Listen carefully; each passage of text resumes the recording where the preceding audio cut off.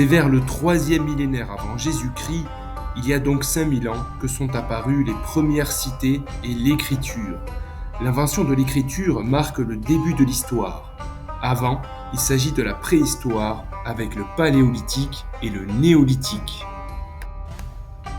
Dans cette vidéo, nous allons essayer de voir comment sont apparues l'écriture et les premiers États.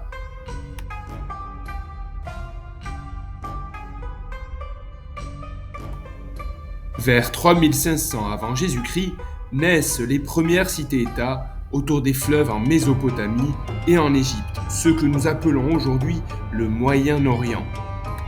Au Moyen-Orient, les humains se sont fixés autour des fleuves pour cultiver. Ils utilisent l'eau pour irriguer les champs. On appelle aussi cette région le croissant fertile, car il est facile d'y cultiver du blé, de l'orge. Avec le développement des échanges agricoles et commerciaux, les sociétés se développent. Les villages se transforment petit à petit en villes. C'est alors que les sociétés inventent l'écriture.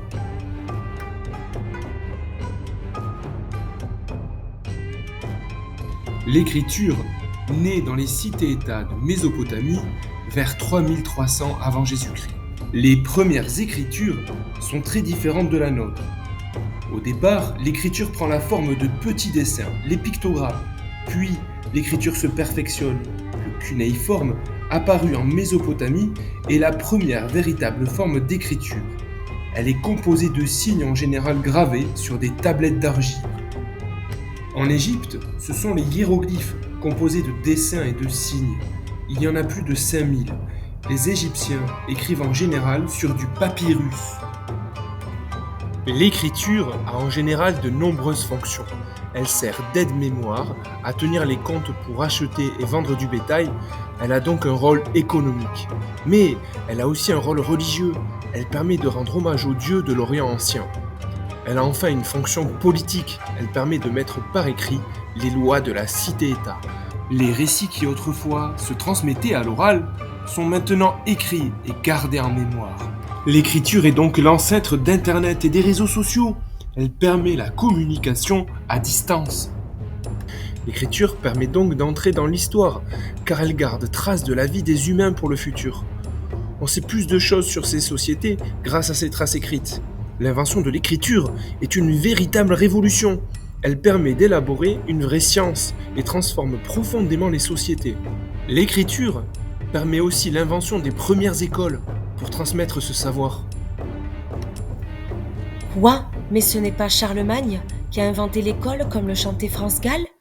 Qui a eu cette idée folle un jour d'inventer l'école? C'est ce sacré Charlemagne, sacré Charlemagne. Et non, contrairement à ce qu'affirme France Gall dans sa chanson, Charlemagne n'a pas inventé l'école. Ce sont ces sociétés d'Égypte et de Mésopotamie qui l'ont fait. Mais tout le monde ne va pas à l'école. Seuls les plus riches et les proches du roi savent écrire. Ce sont les scribes, des hauts personnages de l'État qui maîtrisent l'art d'écrire. En Mésopotamie se constituent des cités-États, comme la cité d'Ur. Une cité-État est un État indépendant composé d'une ville et de sa campagne environnante. Par exemple, Ur est une ville fortifiée où les habitants obéissent aux mêmes lois. Le roi dirige la ville et les habitants. Il organise la construction de grands bâtiments qui ont des fonctions spécifiques. Le palais royal, qui est l'habitation du roi, la ziggourate, le temple des dieux, notamment du dieu lune Nana. Le roi dirige donc la cité et se dit protégé des dieux, ce qui permet de légitimer son pouvoir. Les habitants de la cité sont polythéistes. Ils croient en plusieurs dieux et considèrent que ces dieux interviennent dans leur vie. Les cités-États peuvent aussi entrer en guerre, faire des conquêtes et agrandir leur territoire ou prendre des richesses aux cités voisines. Au final, les premières villes naissent au Moyen-Orient vers le 4e millénaire avant notre ère. C'est dans ces villes qu'apparaissent les premières écritures et les premiers rois. Les populations sont en général polythéistes.